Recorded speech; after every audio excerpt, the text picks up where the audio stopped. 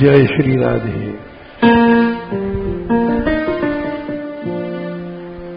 जय श्री राधे।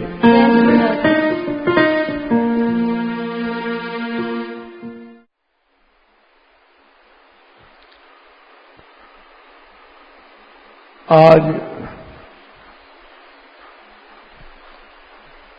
सत्संग का दूसरा दिन है। पिछले इतवार को भी यहां सत्संग हुआ था और आज फिर है। इस 7 दिन के बीच में सबसे जो बड़ी घटना घटी, कल गोबर ग्लास प्लांट का उद्घाटन हुआ, जो ये दिखाता है कि पहली शुरुआत बड़ी अच्छी हुई है। सत्संग के बाद ही गैस प्लांट भारतवर्ष का सबसे बड़ा बनेगा।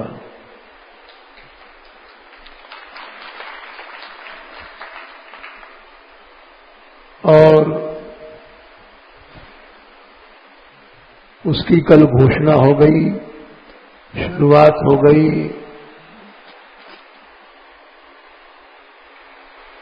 इसके बाद कल ही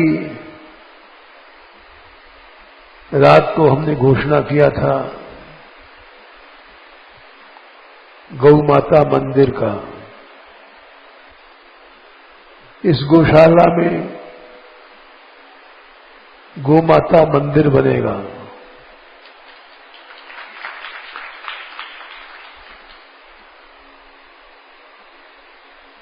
वो मंदिर कैसा बनेगा, बहुत विचार करने के बाद निर्णय किया जाएगा। मंदिर ऐसा बनना चाहिए जो संसार में अपने ढंग का एक अनोखा मंदिर होवे।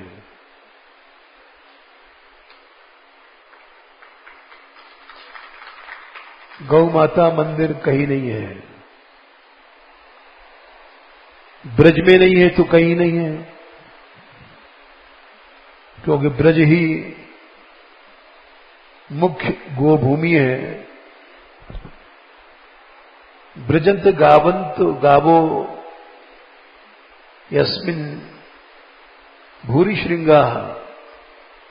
ब्रज उसको कहते हैं दिव्य धाम, जहां ऊंची सींग की गायें रहती हैं। ऋग्वेद में उसका परिचय दिया गया। तो जो ब्रज में अभी तक नहीं बना गौ माता मंदिर, जबकि यहां बन जाना चाहिए था, तो कहीं नहीं संसार में। इसलिए संसार में ये पहला मंदिर होगा और सबसे अच्छा होगा। अब उसके नक्शा सोचना पड़ेगा। गौ माता का मंदिर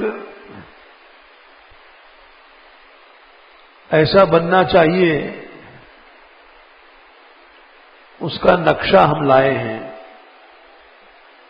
महाभारत से ढूंढ करके। महाभारत में लिखा है, उसका नक्शा हम सुना देते हैं। अगर आप लोगों को अच्छा लगे तो बता देना। महाभारत में लिखा है, गाः पश्याम्यहं नित्यं गावः पश्यन्ति मां सदा गावोऽस्माकं वयं तासां यतो गावस्ततो वयम्। भगवान ने कहा, गाय सदा हमको देखती हैं मैं सदा गाय को देखता हूं। हम गाय के हैं, गाय हमारी है। गावो ममाग्रतो नित्यम गावः पृष्ठतः एव च गावः में सर्वतश्चैव गवाम मध्ये वसाम्यहम्। गाय मेरे आगे रहती हैं, गाय मेरे पीछे रहती हैं, गाय मेरे चारों ओर रहती हैं। मैं गायों के बीच में रहता हूं। ये नक्शा है। आगे गाय, पाछे गाय,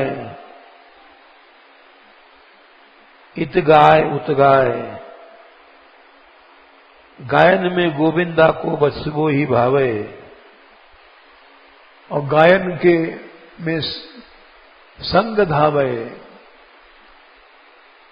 गायन में सचु पावे,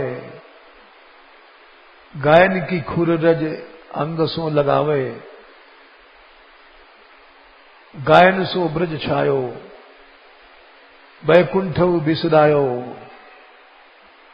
गायन के हेतु गिर कर लो उठावे। छीत स्वामी गिरधारी, बिठलेश वपुधारी। ग्वारिया को वेशधार गायन में आवे। तो गो माता मंदिर वैसा बनना चाहिए कि सारे ब्रज को वो देखें और सारा ब्रज उनको देखे। तो ऐसा कैसे संभव है? ऐसा संभव है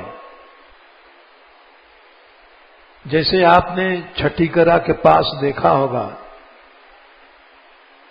वैष्णव देवी का मंदिर बना है और उसमें एक देवी का वाहन है शेर, बड़ा ऊंचा है। और देवी के जितने मंदिर हैं उनमें शेर बनता है क्योंकि सिंह वाहन है देवी का, और उस पर देवी बैठी रहती हैं। लेकिन वो सिंह हिंसा का प्रतीक है। उसके पांव के नीचे महिषासुर बनता है और वो उसको मारती हैं त्रिशूल से। शक्ति रूपा है।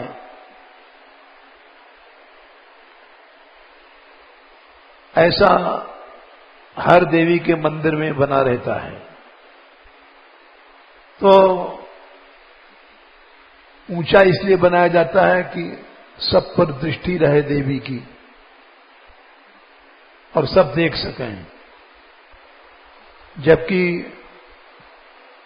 गाय के बारे में लिखा है ऊंचापन चाहिए, गाय सबको देख सके और सब गाय को देख सके।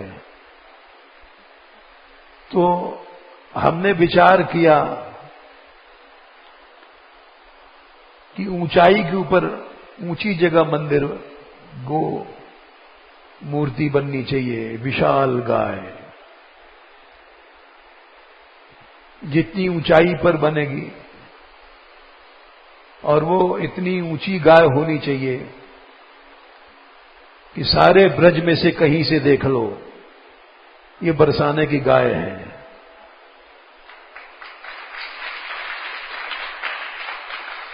ये बरसाने की गौशाला है। पूछने की जरूरत नहीं है। 4 कोस, 6 कोस, 8 कोस दूर से भी वो दिखाई पड़ जाए। यही नक्शा महाभारत में है। गा पश्याम्यहम् नित्यम गावः पश्यन्ति माम सदा। ये श्लोक लिखा रहेगा गाय की दृष्टि सब पर पड़ रही है, सब लोग गाय को देख रहे हैं। गावो ममाग्रतो नित्यम, मेरे आंख के सामने नित्य गाय है। गावा पृष्ठति सर्वतः, पीछे भी गाय है, चारों ओर गाय है। इसलिए इस महाभारत के नक्शा के अनुसार हमने सोचा या तो एक टीला है ऊंचा, ऊंचाई पर होना चाहिए, या टीले से भी ऊंचा है पहाड़ ऊपर।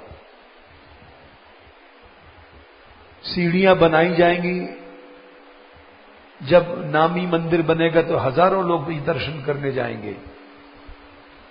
दूर से दिखाई पड़ेगा सी पल्सों गिरिराज जी से, ये है गौ माता मंदिर। कोई पूछने की जरूरत नहीं है, गौ माता मंदिर, वो गाय बैठी है सामने पहाड़ पर। पर्वत पर एक ऊंची, इतनी ऊंची गाय बनाई जाए, कम से कम 100 फीट ऊंचा पहाड़ होगा ये सामने का। क्यों जी? हैं? ज्यादा है। और उसके ऊपर 100 फीट की मूर्ति रखी जाए।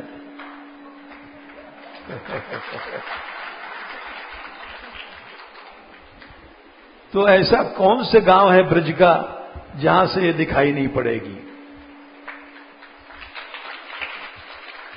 महाभारत का नक्शा तो यही बताता है, सब गाय को देखें और गाय सबको देखे।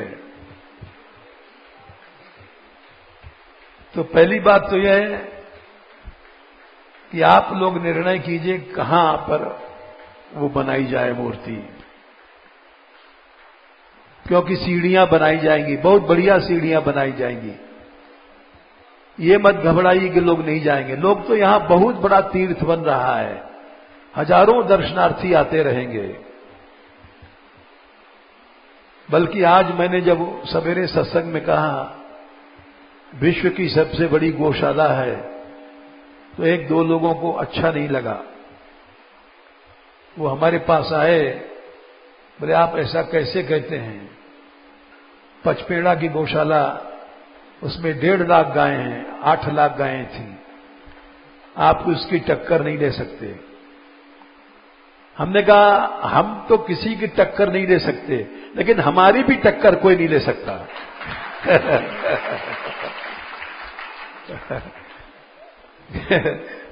यद्यप वो संत थे, हमारे मंदिर में ही रुद्र रहते हैं, और उन्होंने बहस किया कि मैं यात्रा करके आया, इतने पीपा घी के लग गए वहां।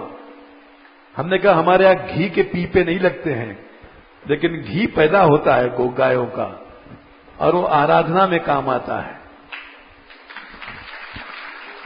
हमने कहा संसार में मैं जो कह रहा हूं वो अपनी तारीफ के लिए नहीं कह रहा हूं, हमारे मान बिहारी लाल की ऐसी कृपा है कि ऐसी सेवा संसार में नहीं हो रही है। ब्रह्मा जी ने कहा था श्रीमद् भागवत में 3 स्कंद के 9वें अध्याय में, सत्वम भाव योग भावित परिभावित हृस्सरोज आस्ये श्रुतेक्षित पथो ननुनाथ पुंसाम यद्यधिया तउर्गाय विभावयंती तत्तद्वपु प्रणय से सदनुग्रहाय। हमने कहा भागवत प्रमाण कर देख लो कि संसार में कोई भी गौशाला दिखा दो। हमने कहा कि ऐसी सेवा, निष्काम सेवा ब्रजवासी संत, लड़कियां, गोपियां सब निःशुल्क जाके सेवा कर रही हैं। ऐसा क्या संसार में किसी गौशाला में है? इस्कॉन तक में नहीं है। वहां भी पैसे से सेवा होता है, पुजारी लेता है। बोले हाँ ये तो मानते हैं, पचमेड़ा में भी 5,000 रुपए प्रति सेवक को दिया जाता है। हमने कहा हमारे यहां 1 पैसा कोई नहीं लेता। सैकड़ों सेवक हैं। जहां भाव है वहां भगवान है, वहां भक्ति है। बिना भाव के तो कोई सेवा भी नहीं करता, बिना भाव के कोई जाता नहीं, दर्शन नहीं करता। हमारे यहां राधा रानी कृपा है, मेरी कोई अपनी तारीफ नहीं है। हम देखते हैं सैकड़ों लोग, हम तो सोते ही रहते हैं, हमारे सोते सोते भी सब लड़कियां चली जाती हैं। संत चले आ रहे हैं मानगढ़ से, सैकड़ों लड़कियां चली आ रही हैं और इस तरह से सेवा करती हैं श्रद्धा और प्रेम के साथ। जिसका लोहा मान गया, यहां के सब लोग मान गए लोहा। ऐसी आशा किसी को नहीं थी कि एक ऐसा समय आएगा जब यहां कोई भी, सब लोग नाराज होकर भाग जाएंगे, फिर भी काम चलता रहेगा। यूनियन सब टूट टाट गई।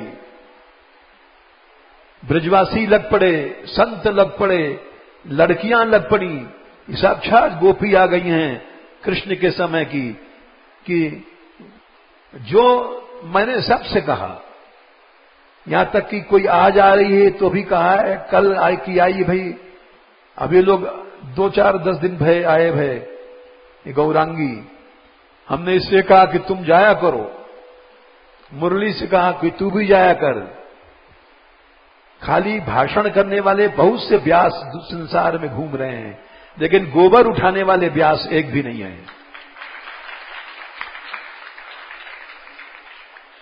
तू ऐसा व्यास मत बनना कि खाली लेक्चर दे रहे हैं। नहीं, ये कौन है? मुरली व्यास है, गोबर उठा के चल रही है। ये शोभा है हमारी। तो हमारे यहां कुछ जरूर 2-4 निकम्मे लोग रह गए हैं जिनके ऊपर हमारा असर नहीं चढ़ा। उनके अंदर सेवा भाव नहीं जगा। हमने उनसे कहा भी था, तुम हाथ पांव से मत सेवा करो, जाके लेट जाओ गौशाला में, नजर रखो, लेकिन वो उन पे असर नहीं पड़ा। दुनिया में 1-2 ऐसे भी होते हैं, सूरदास की कारी का अमर चढ़े न दूजो रंग, जिन पे रंग नहीं चढ़ा। नहीं तो सेवा के विहीन जो व्यक्ति है वो मुर्दा है। जीवत शव समान ते प्राणी, जिन हरि भगत हृदय नहीं आई। जिसमें भक्ति नहीं, वो मुर्दा है, मर गया है। उसका मुंह देखना ही बेकार है, उसको छूना बेकार है, उसका दर्शन करना पाप लगता है। ऐसे लोग भी 1-2 चाहिए। जिसे लंका में विभीषण एक था, वो लंका का कलंक था तो भक्त, लेकिन रावण कहता था कि कलंक है। रावण लंका में हमारे हिरण्यकश्यपु कहता था ये प्रहलाद कलंक है, ये हमारे वंश में एक बांस पैदा हुआ जो वेणु वन में आग लगा देगा। सेवा कोई कर्म नहीं है।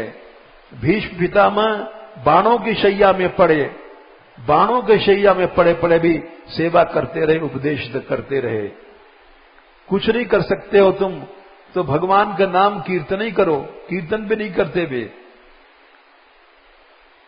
तो हमारे यहां भी ऐसे लोग हैं, लेकिन सब नहीं हैं। ज्यादातर ब्रजवासी हैं, ज्यादातर भक्त हैं, ज्यादातर कृष्ण उपासक हैं। जो गोपाल का उपासक है, गाय का उपासक होगा, अवश्य होगा। इसलिए हम कह सकते हैं कि विश्व की सबसे श्रेष्ठ गौशाला है। किसी को अच्छा लगेगा या बुरा लगेगा, समझे अपनी तारीफ कर रहे हैं तो समझ लो बात सही है। निष्काम सेवा यहां हो रही है, कोई किसी का लोभ नहीं है। दूसरी बात यह है कि भगवान जो सत्संग होता है उसमें पिछली बार हमने उपनिषदों की कथा सुनाई थी और भगवान गो सेवा से प्रसन्न होते हैं ऐसी कथाएं हम सुनाते हैं जो प्रामाणिक है, सच्ची हैं और भक्तमाल की कथाएं हैं। आज हम सुना रहे हैं वैष्णव वार्ता की कथा, जिसमें कुछ तो गुजराती में है जो हम नहीं जानते हैं, गुजराती भाषा, लेकिन हम कोशिश करेंगे। ये सबसे पहले जो बात थी मंदिर की, आप लोग तय कीजिए मंदिर कहां बनेगा, क्योंकि मंदिर ऐसी जगह बनना चाहिए सारा ब्रज देखे उसको। दूसरा, मंदिर में पोज क्या होवे। जैसे देवी के मंदिर में सिंह पर बैठी हुई देवी है,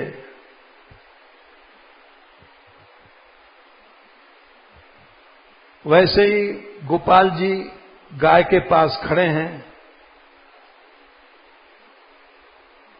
और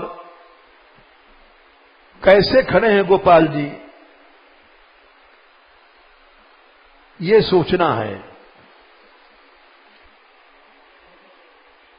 हमने कहा था कि तुम मंदिर बनाना शुरू करो, ये विश्व का सबसे श्रेष्ठ मंदिर बनेगा और एक तीर्थ बनेगा, यहां सैकड़ों दर्शनार्थी हर समय आते रहेंगे।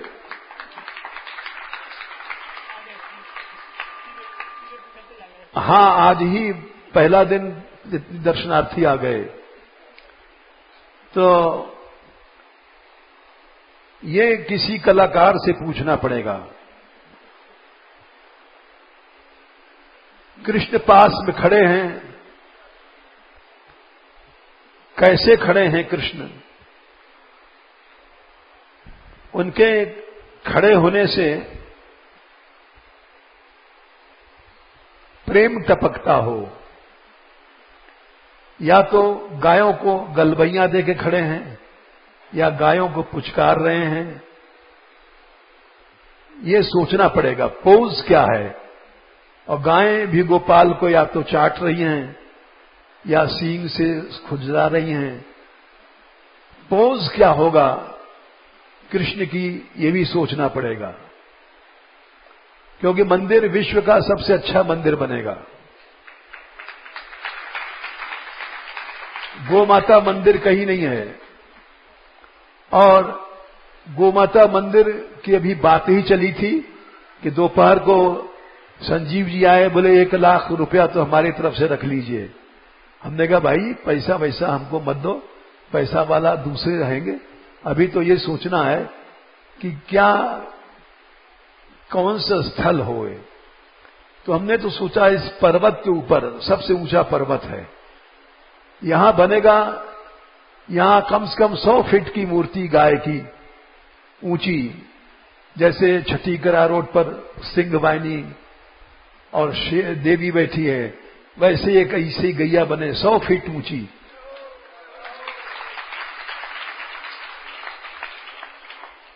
सारा ब्रज देखे, कहीं से देख लो, गिरिराज जी से, चाहे मथुरा से, वो देखो बरसाने की गैया खड़ी है। और यही नहीं, वो जब इतनी ऊंचाई पर पड़ेगा तो अच्छी दूरबीन होगा, तो ये लोग हाथरस से भी देख सकते हैं।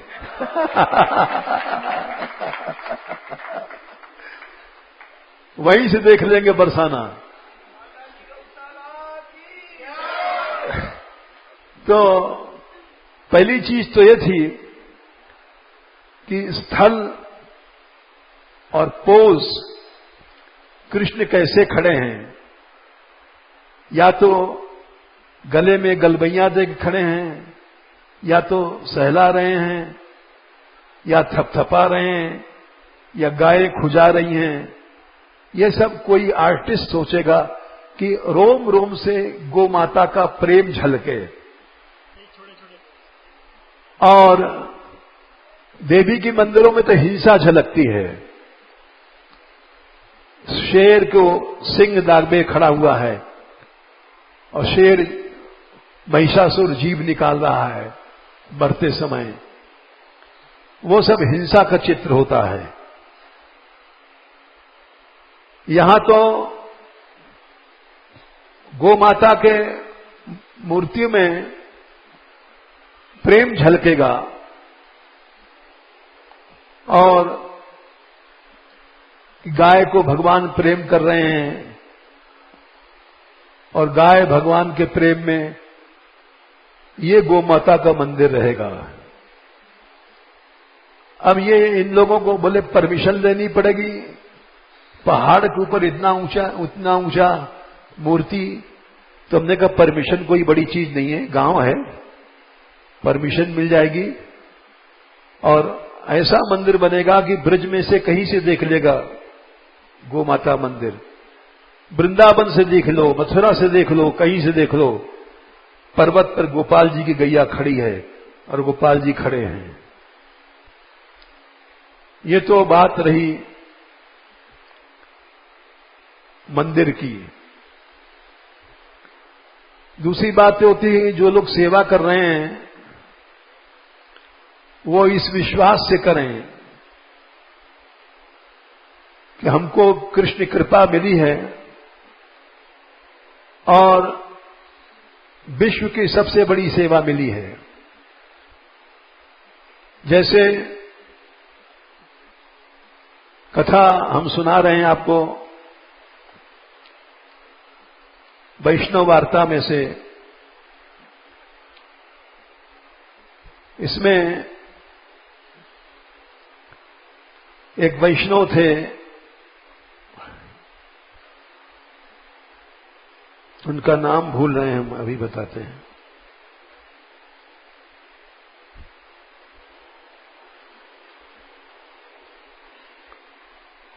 नाम तो नहीं मिल रहा है, वैसे ही सुना रहे हैं। कथा तो हमें याद है लेकिन वो गुजराती लैंग्वेज याद नहीं है।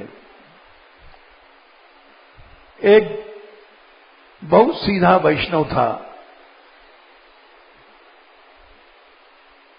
वो गुसाई जी की शरण में गया, विठलनाथ जी के। वो इतना सीधा था कि अपने गुरु का नाम तक उसको याद नहीं था। विठलनाथ शब्द नहीं कह सकता था, सीधा था।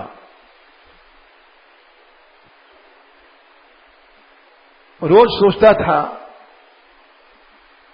इनका क्या नाम है। ऐसे सीधे सीधे लोग होते हैं, जैसे हमने पिछली बार सुनाया था सत्यकाम जाबाल की उपनिषद की कथा। उसको अपने पति के नाम आज तक याद नहीं था। लड़के ने पूछा मेरे पिताजी के नाम क्या है, वो ब्राह्मण थे कि किस जाति के थे। वो बोली नहीं, हमें कुछ पता नहीं, हम इतना जानते हैं जाबाली मेरा नाम है, मैं सेवा में रही उनके और आज तक मौका ही नहीं पड़ा पूछने का कि आपका गोत्र क्या है। तो गुरुदेव बोले हरिद्रु गौतम कि तुम ब्राह्मण हो। ब्राह्मण ही इतना निष्कपट हो सकता है, तुम अभी के नहीं कई जन्म के ब्राह्मण हो। तुम इतने निष्कपट हो, नहीं तो कोई दूसरा बच्चा संकोच करता कि मेरी मां मेरे पति का नाम नहीं जानती है, लोग दुराचारणी कलंकनी बताएंगे। तुम बड़े निष्कपट हो। निष्कपट व्यक्ति साहसी होता है। तुम ब्राह्मण हो, जाओ ये 400 गौएं हैं, ये जब 1000 हो जाएं तब हमारे पास आना, तब तुमको ब्रह्म ज्ञान देंगे। ये कथा हमने पिछले बार सुनाई थी और उसको ब्रह्म ज्ञान स्वयं भगवान ने दिया, पक्षियों के द्वारा, अग्नि के द्वारा, जलमूर के द्वारा, हंस के द्वारा। और गुरुदेव ने कहा कि तुमने गायों की सेवा किया है, इसलिए तुमको ब्रह्म ज्ञान हो गया है। गो सेवा एक ऐसी चीज है कि अगर हम लोग लोभ से न करें, पैसे के लोभ से या दूध के लोभ से या दही के लोभ से या घी के लोभ से, लोग लोभी हो जाते हैं, गौशाला को बिजनेस बना लेते हैं, भूसे में से पैसा बचाते हैं, नरक का रास्ता कर लेते हैं। जबकि गोमाता भवसागर पार लगाती है और हम लोग उसको नरक का रास्ता बना लेते हैं, हर चीज को बिजनेस बना लेते हैं। हमारे यहां ब्रजशरण जी एक अच्छे गोभक्त हैं। ये कहना पड़ता है, ऐसा त्यागी व्यक्ति जो यहां के दूध, घी, दही कोई लोभ नहीं है। कपड़े देखो तो मामूली सा फटी से, नहीं तो गौशाला का महंत तो बन ठन कर रहता है, चकाट मलमल की गाती। लेकिन ब्रजशरण जी एक आदर्श संत हैं। गोभक्त को ऐसा ही होना चाहिए, सरल, सादा, सीधा। और जब तक एक जीवित है, गौशाला बढ़ती जाएगी। क्योंकि गौशाला बिजनेस नहीं बन सकती। वैसे ही इनके साथी लोग हैं, सब बड़े अच्छे हैं। इनके साथी जितने हैं, ये नौकरी छोड़ के आए हैं, सुभाष जी विदेश से। सभी लोग यहां जो लोग रह रहे हैं, जिंदल जी, ये सभी लोग गोभक्त हैं। कोसी के भगत जी, ये भी गोभक्त हैं। और जितने हमारे यहां के साधु हैं, एक दो कलंक जरूर रह रहे हैं, लेकिन हमारे अगर हर साधु आता है यहां और श्रद्धा के साथ सेवा करता है। हर लड़की आती है, 60-70 लड़कियां हैं, और किस ढंग से सेवा कर रही हैं, साक्षात गोपी हैं। ये तो इनके चरण रस से हम भी पवित्र होते हैं, रोज इनके दर्शन से पवित्र हो रहे हैं। इनको स्वतः ब्रह्म ज्ञान हो जाएगा। और हो ही रहा। 1 घंटे कम से कम नृत्य करती हैं, 1 घंटा सवेरे प्रभात फेरी, 2 घंटा यहां गो सेवा, फिर सत्संग, 2 बजे से सत्संग संग 11 बजे रात तक। ये सब क्या है? ये सब ब्रह्म ज्ञान ही प्राप्त हो रहा है। तो वो सत्यकाम जयपाल की कथा सुनाई थी, आज सुना रहे हैं। गोसाई जी का नाम नहीं उसको मालूम था अपने गुरुदेव का। वो सोचा करता था, सीधा था कि इनका नाम क्या है। एक दिन गोसाई जी बैठे थे तो उनका भतीजा बालकृष्ण, भतीजा अपने चाचा को काका कहता है ब्रजभाषा में, आया। बोले काका जी? बोले हां, ठाकुर जी को उत्थापन हो रहा है। गुजराती भाषा में बोला। तो बोले अच्छा, करो दर्शन। तब वो बोला, अरे इनका नाम काका जी है, आज हमको पता पड़ा। वो सीधा था, गोसाई जी से बोला, थानू नाम, तुम्हारा नाम काका जी, हमें आज पता पड़ा। तो गोसाई जी हंस गए, बोले हां, हमारा नाम तो काका जी है। लोगों ने कहा ये क्या कह रहा है, इसको रोकिए।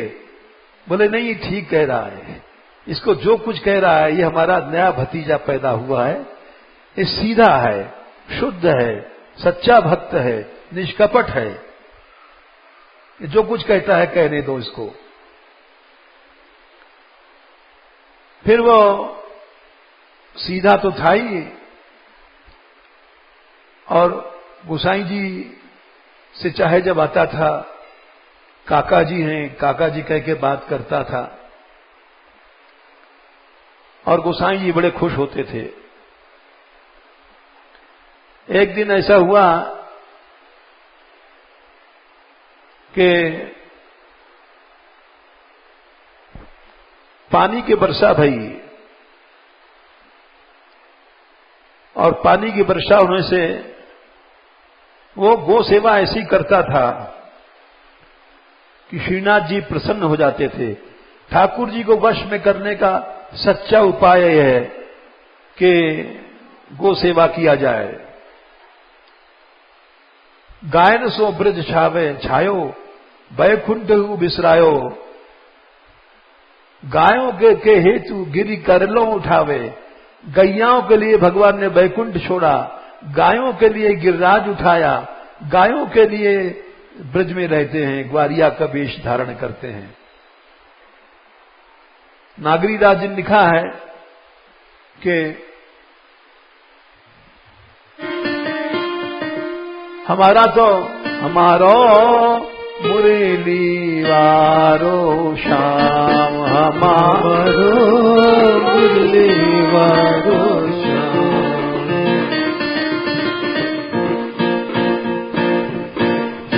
मुरली वारो, मुरली वारो, मुरली वारो, मुरली वारो।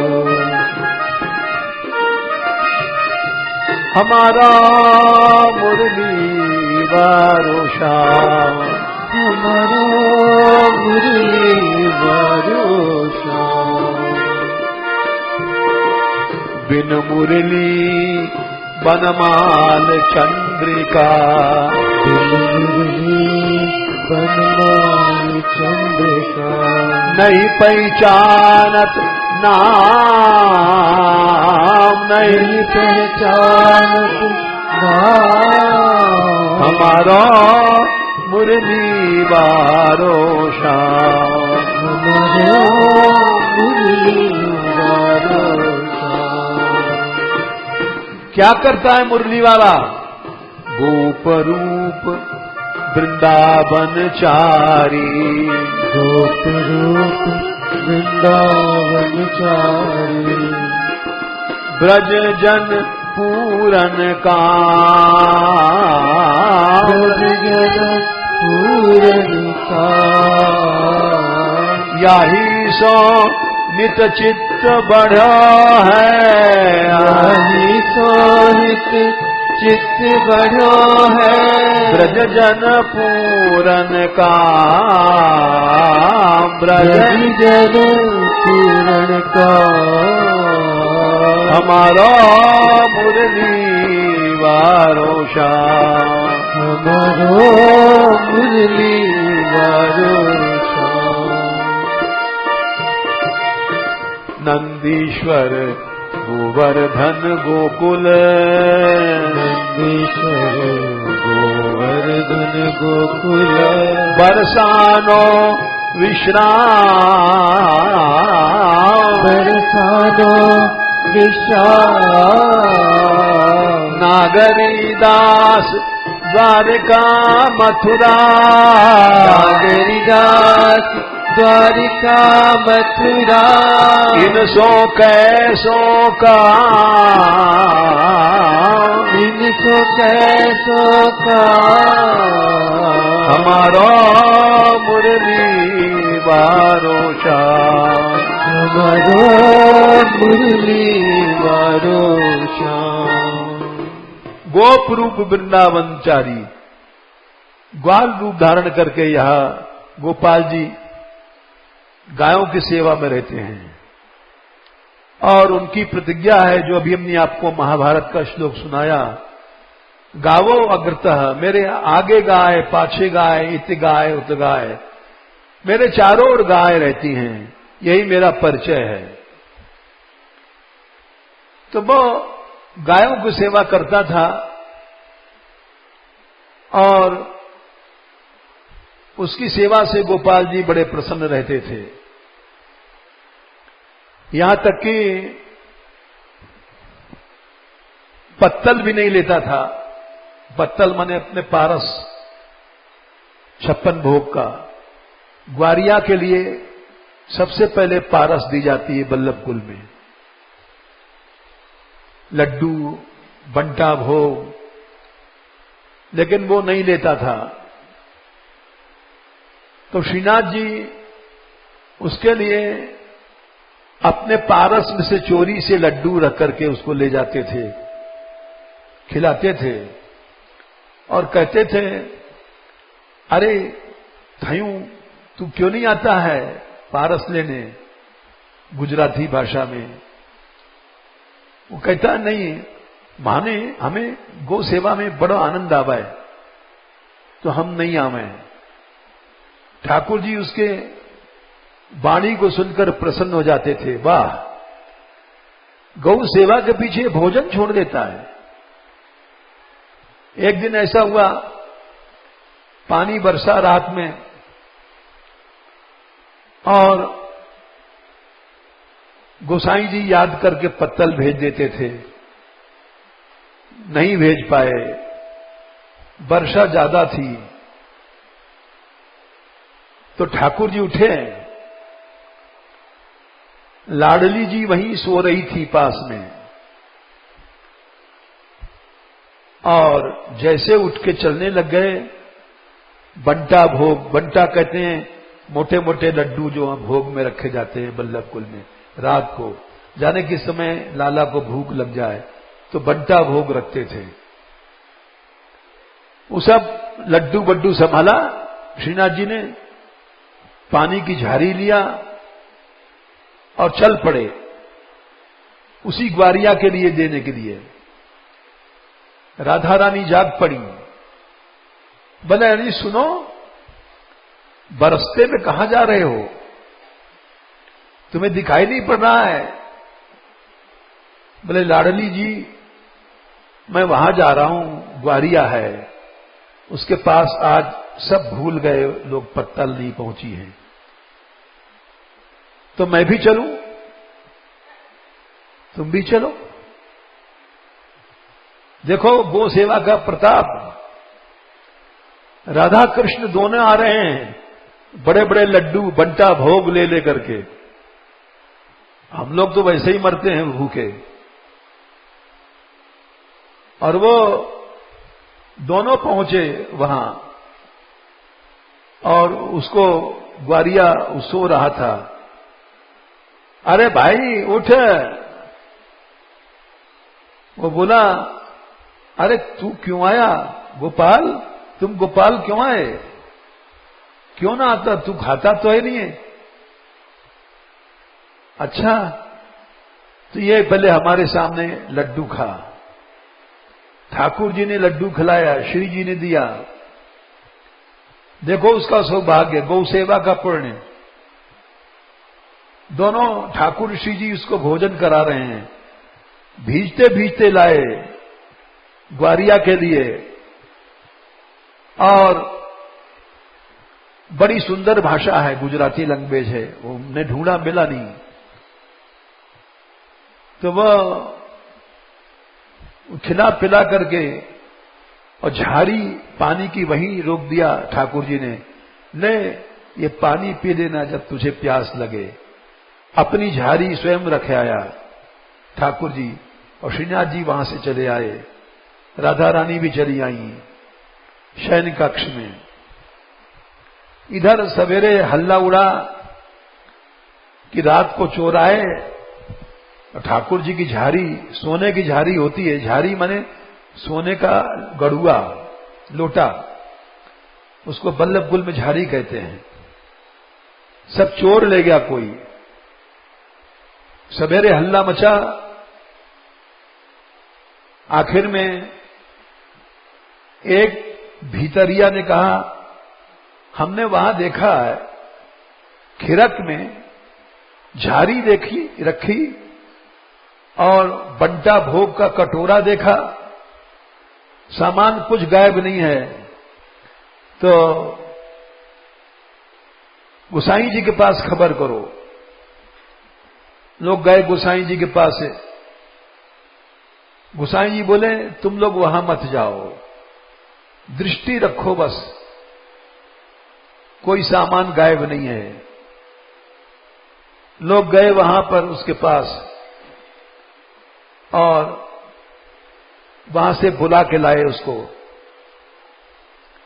गोसाई जी आए, बोले क्यों भाई पटेल, तू पातर लेने नहीं आता है?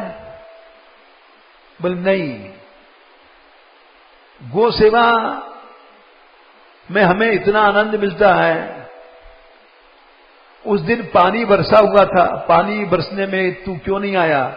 बोले कीच हो गई थी, गो माता को कीच में रहना पड़ रहा, तो हमने सब कीच इकट्ठा किया, निकाला, बाहर किया।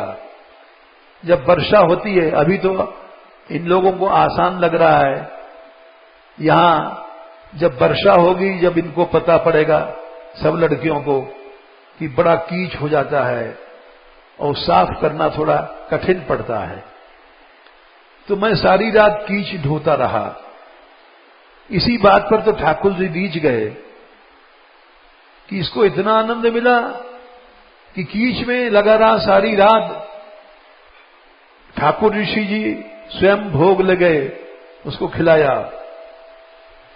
फिर गोसाई जी ने मंदिर के अंदर भीतरिया, रसोइयां, उन सबको ड्यूटी बांध दिया कि तुम पहले इसको ग्वारिया को भोजन पहुंचाया करो, भोग लगे चाहे न लगे।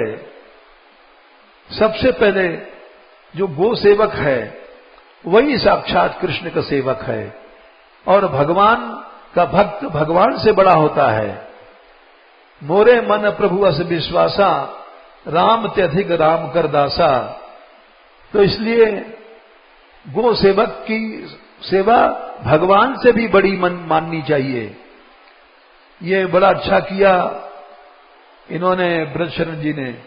जो भी गो सेवा करने वाले आते हैं, एक भाव की बात है, उनको खिचड़ी बिचड़ी बनाते हैं, देते हैं, ये बहुत अच्छी बात है। इसलिए कि नहीं, ये भगवान का भक्त भगवान से बड़ा होता है। देखो, भाव ही भगवान है। जब भाव जितना तुम्हारा बढ़ेगा, एक दिन सच्चा भाव जब हृदय में आ जाओगे, तो यहां पर भगवान साक्षात खेलेगा। गो सेवा का प्रताप है। देखो, ये चमत्कार ही तो है। 6 लाख रुपए का रोज का खर्च, न्यार फूस का, मांगना नहीं पड़ता, अपने आप ठाकुर जी चला रहे हैं। करोड़ों रुपए खर्च है यहां का। कल जो उद्घाटन हुआ हिंदुस्तान की सबसे बड़ी गोबर गैस प्लांट का, करोड़ों का काम कैसे चल रहा है? ये सब कृष्ण कृपा से चल रहा है। मांगना जांचना नहीं पड़ता, भाव ही भगवान है। सच्चाई रखनी चाहिए भाव में। भाव में काम क्रोध मोह लोभ नहीं रहना चाहिए। शुद्ध भाव से सेवा करो। तम भाव योग भावित हृदय सरोज, आस्ते शुतेक्षित पथो नरुनाथ पुंसाम। ब्रह्मा जी ने कहा है कि हे प्रभु, तुम भाव योग से भावित हृदय में ही रहते हो, न धाम में रहते हो न कहीं रहते हो। हरिरपि निज लोकम सर्वथा विहाय, निवसति हृदय शाम श्री भक्ति सूत्रोपनद्धा। भागवत में प्रतिज्ञा है कि भगवान अपना धाम छोड़ देते हैं। हरिरपि निज लोकम सर्वथा तो विहाय, प्रविशति हृदय तेषाम भक्ति सूत्रोपनिद्धा। जिसके हृदय में विशेष करके गो भक्ति है, उसके डोर से बंद करके उसके हृदय में भगवान घुस जाते हैं और वहीं रहते हैं। इसलिए हम भाव से सेवा करें। जितने लोग आते हैं, शुद्ध भाव से आवें, शुद्ध भाव से सेवा करें। लोभ सेवा नहीं करें कि हमारा नाम होगा, हमारा यश फैलेगा। बस यही वो माता का कृपा पाने का रास्ता है। और गौ माता की कृपा मिलने के मतलब कि राधा कृष्ण की कृपा मिल गई। सर्वदेवमयी गौ, सबको तो हम सुना रहे हैं, सब देख नहीं पाएंगे। गाय के गले में, गल कंबल में विष्णु हैं, सींग के बीच में शंकर हैं, ब्रह्मा हैं, मरुदगण हैं, गणेश हैं, सरस्वती हुंकार में हैं। सर्वदेवमयी गौ, सारे देवता इनके रोम रोम में हैं। ये जब गो मंदिर बनेगा तो ऐसे चित्र भी बनेंगे, रखे जाएंगे कि दर्शन से ही भक्ति आ जाए संसार में।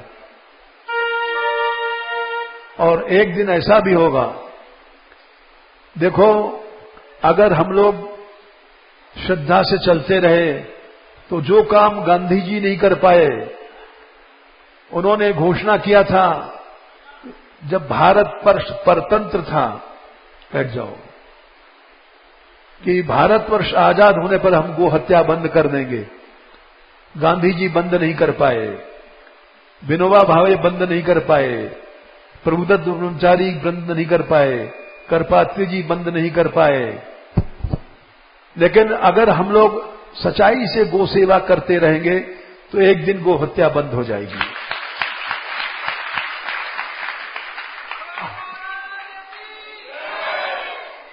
हमारा विश्वास है, क्योंकि जितने काम असंभव थे, जैसे पहाड़ों को तोड़ना, ये माफियों को रोकना संभव था।